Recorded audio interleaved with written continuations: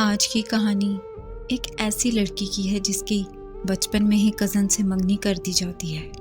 وہ دونوں ساتھ بڑے ہوتے ہیں اور ایک دوسرے سے محبت کرنے لگتے ہیں، لیکن پھر اچانک ایک اور لڑکی آتی ہے اور وہ کس طرح ان میں جدائی کا باعث بنتی ہے اور لڑکے کے ساتھ کیا ہوتا ہے، یہ سب سن کر آپ بھی حیران رہ جائیں گے۔ میرے دادا ہیڈ ماسٹر تھے۔ وہ بہت دیندار آدمی تھے۔ ان کے 2 بیٹے تھے، ایک میرے والد اور دوسرے چچا جان۔ دونوں کی پرورش نہایت توجہ سے اسلامی اصولوں پر ہوئی تھی۔ اسی وجہ سے آج میں فخر سے کہہ سکتی ہوں کہ ماں باپ نے ہمارے اندر حرام کا ایک لقمہ بھی نہیں جانے دیا تھا۔ ابو اور چچا ساتھ رہتے تھے۔ گھر میں مشترکہ خاندانی نظام تھا۔ چچی کے یہاں شاہزیب پیدا ہوا اور سال بعد میں پیدا ہوئی۔ دادی نے مجھے چچی کی گود میں دیکھ کر کہا کہ یہ تمہاری بہو بنے گی، پر چچی نے ہنس کر جواب دیا تھا کہ اماں جی یہ تو وقت بتائے گا، ابھی سے کہنا قبل از وقت ہوگا۔ چچی اور امی کے درمیان بہنوں جیسا پیار تھا، اسی وجہ سے گھر میں کسی قسم کی بدمزگی کا سوال ہی پیدا نہیں ہوتا تھا۔ ابو اور چچا بھی ایک دوسرے کی بہت عزت کرتے تھے۔ یوں لوگ ہمارے گھرانے کے پیار اور محبت کی مثالیں دیا کرتے تھے۔ اس کا مطلب یہ نہیں تھا کہ ہم پر مشکل وقت نہیں آئے تھے۔ چچا بتاتے ہیں کہ ایک دفعہ ان کا شدید قسم کا روڈ ایکسیڈنٹ ہو گیا تو اس کا سارا خرچہ نہ صرف میرے بابا نے اٹھایا بلکہ ان کے بچوں کا بھی پورا خیال رکھتے تھے۔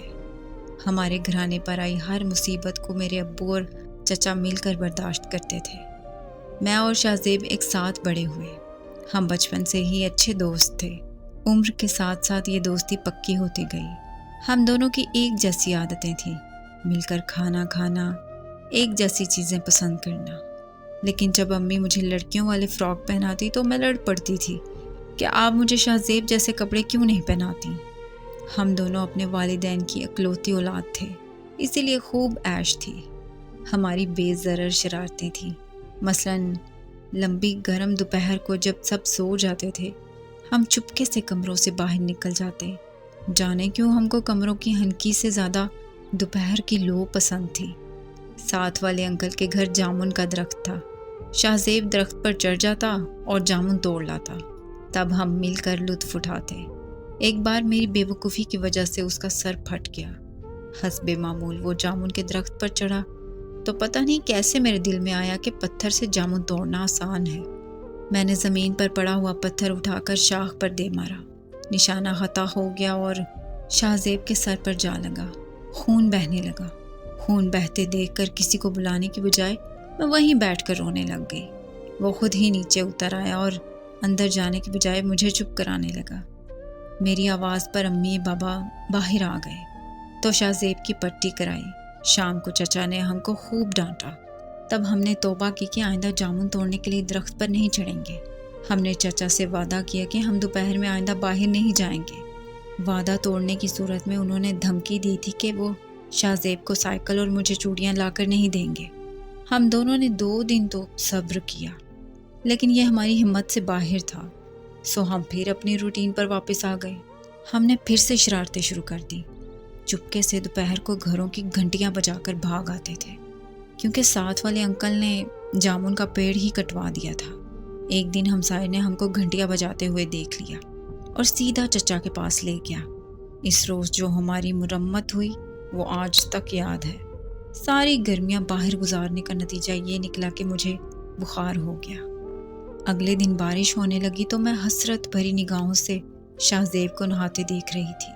امی جیسے ہی وہاں سے گئیں، شاہزیب نے مجھے بلا لیا۔ رانی باہر آؤ، دیکھو کتنے مزیدار بارش ہو رہی ہے، تم بھی نہاؤ۔ امی سے چھپتے چھپاتے ہم دونوں پچھلے صحن میں چلے گئے اور نہاتے رہے۔ گھنٹے بعد امی کمرے میں آئی تو مجھے بستر پر نہ دیکھ کر پریشان ہو گئی۔ انہیں پتہ چل گیا کہ میں باہر ہوں۔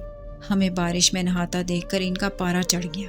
بخار میں نہانے کی وجہ سے سردی نے پکڑ لیا اور رات کو تیز بخار چڑھ گیا۔ تب ڈاکٹر نے کہا کہ اس کو نمونیا ہو گیا ہے۔ طرح طرح کی شرارتیں کرتے ہوئے ہم نے سہانا بچپن گزار دیا۔ دوستی تو اب بھی تھی، مگر بچپن والی نہیں بلکہ سنجیدہ دوستی تھی۔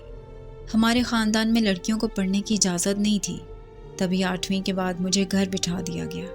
لیکن مجھے مطالعہ کا شوق تھا، لہٰذا شاہ زیب کے اصرار پر میں نے 10ویں کا پرائیویٹ امتحان دیا۔ شام کو آرام کرنے کے بعد وہ اکیڈمی چلا جاتا اور پھر واپس آ کر مجھے پڑھاتا۔ اس دوران وہ مجھے اسکول کے واقعات سناتا۔ شاہ زیب شروع سے ہی لائق تھا۔ ہم برآمدے میں سب کے سامنے بیٹھ کر پڑھتے تھے۔ ابو اور چچا ہم کو یوں ہی پڑھتا دیکھ کر کہتے تھے کہ چلو تم دونوں کو فضول باتیں کرنے کے علاوہ پڑھنا بھی آتا ہے۔ اب بھی ہم ساتھ کھانا کھاتے اور اگر اس کو اکیڈمی سے آنے میں دیر ہو جاتی تو میں بھی نہ کھاتی۔ ایک دن میری خالہ زاد آمنہ بولی، رانیہ تم کتنی خوش قسمت ہو، جس کو پسند کرتی ہو شادی بھی اسی سے ہوگی۔ میں نے حیران ہو کر اسے دیکھا۔ کیا مطلب؟ وہ بولی، مطلب یہ کہ کل خالہ امی کو بتا رہی تھی کہ رانیہ کا کوئی مسئلہ نہیں ہے، یہ میری نظروں کے سامنے رہے گی۔ آمنہ کچھ دیر بیٹھ کر مجھ سے باتیں کرتی رہی، مگر وہ میری سوچ کو ایک نیا رخ دے گئی۔ کیا واقعی میں اس کو چاہتی ہوں؟ لیکن چاہت کیا ہوتی ہے نہیں معلوم، کیونکہ وہ تو صرف میرا دوست ہے۔ میں نے اپنے آپ کو اطمینان دینے کے لیے یہ سوچا۔ یہ مجھے بعد میں پتہ چلا کہ چاہت کس درد کا نام ہے، جب میں نے اس کو کھو دیا۔ ایک دن میں نے سوچا چلو اس سے تو پوچھوں، دیکھوں کیا کہتا ہے۔ اس نے کہا، رانیہ مجھے سب پتہ ہے، لیکن میں ابھی اس رشتے کے بارے میں سوچنا نہیں چاہتا، کیونکہ ابھی مجھے بہت پڑھنا ہے۔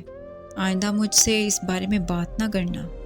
میں چپ ہو گئی، اتنا بھی نہ پوچھ سکی کہ اتنا تو بتا دو کہ تم مجھ کو اپناؤ گے کہ نہیں۔ میٹرک میں وہ اول پوزیشن لایا اور میں بھی اچھے نمبر لائی تھی۔ وہ انجینئر بننا چاہتا تھا، اس لیے دل لگا کر پڑھائی شروع کر دی۔ اب وہ مجھے کم ہی وقت دے پاتا تھا۔ کالج سے گھر آ کر دیر تک آرام کرتا، پھر اکیڈمی چلا جاتا، واپس آ کر ٹی وی دیکھنے لگتا، پھر پڑھنے چلا جاتا۔ اب وہ صرف اتوار کو مجھے پورا سبق پڑھا دیتا تھا۔ اتنی محنت کرنے کے باوجود شاہ زیب کے نمبر اس بار کم آئے تو وہ بہت افسردہ ہو گیا۔ میں نے اس کو تسلی دی کہ کیوں تم اتنا پریشان ہو، اس بار نمبر کم آئے تو کیا ہوا، تم مزید محنت کرو گے تو انشاءاللہ اگلے سال اچھے نمبر لے آؤ گے۔ اس نے ایک تھکی تھکی نظر مجھ پر ڈالی اور کہا، رانیہ تم کو نہیں پتا یہاں کتنی بے انصافی ہوتی ہے۔ ہماری کلاس کے نالائق لڑکوں کے نمبر مجھ سے کہیں زیادہ ہیں۔ آخر ایسا کیوں ہو جاتا ہے؟ شاید دولت کے بلبوتے پر یا محض کسی تعلق کی وجہ سے۔ تم کو گمان ہے کہ محنت کرنے میں کامیابی ہے۔ شاہ زیب ایسا مت سوچا کرو۔ نہیں رانیہ، تم نہیں جانتی دنیا میں کیا ہو رہا ہے۔ کاش میں بھی امیر ہوتا یا میرے پاس بھی کوئی ایسا ذریعہ یا کوئی تعلق ہوتا جس سے لیکن اب تو خودکشی کرنے کو دل چاہتا ہے۔ اس کی باتیں سن کر میں ڈر جاتی تھی کہیں وہ کوئی غلط قدم نہ اٹھا لے۔ انہی دنوں میرا بھی رزلٹ آیا، مگر عجب بات یہ تھی کہ شاہ زیب نے مبارکباد دینا تو دور کی بات، مجھ سے اتنا بھی نہ پوچھا کہ تمہارے نمبر کتنے ہیں۔ میں بہت دل برداشتہ ہو گئی۔ یوں لگ رہا تھا کہ وہ مجھ سے بہت دور ہوتا جا رہا ہے۔ ہمارے خاندان میں لڑکیوں کی شادی جلد ہو جاتی تھی، مگر میں اپنے ہم عمروں میں کنواری رہ گئی۔ میرے والدین نے صرف شاہ زیب کی وجہ سے میرے کئی رشتے ٹھکرا دیے۔ ان دنوں کچھ نہ سوچتا تھا کہ کیا کروں، خالی ذہن بیٹھی رہتی یا سارا دن اوٹ پٹانگ سوچتی رہتی۔ کچن میں کام کرنے جاتی تو سارا کچھ جلا کر آ جاتی۔ انہی دنوں شاہ زیب میں پھر تبدیلی آ گئی۔ وہ دوبارہ خوش رہنے لگا۔ وہ پہلے کی طرح سب سے ہنس ہنس کر باتیں کرتا تھا، لیکن اس نے مجھ سے جو دوریاں اختیار کر لی تھی وہ جوں کی توں تھی۔ 1 سال گزر گیا۔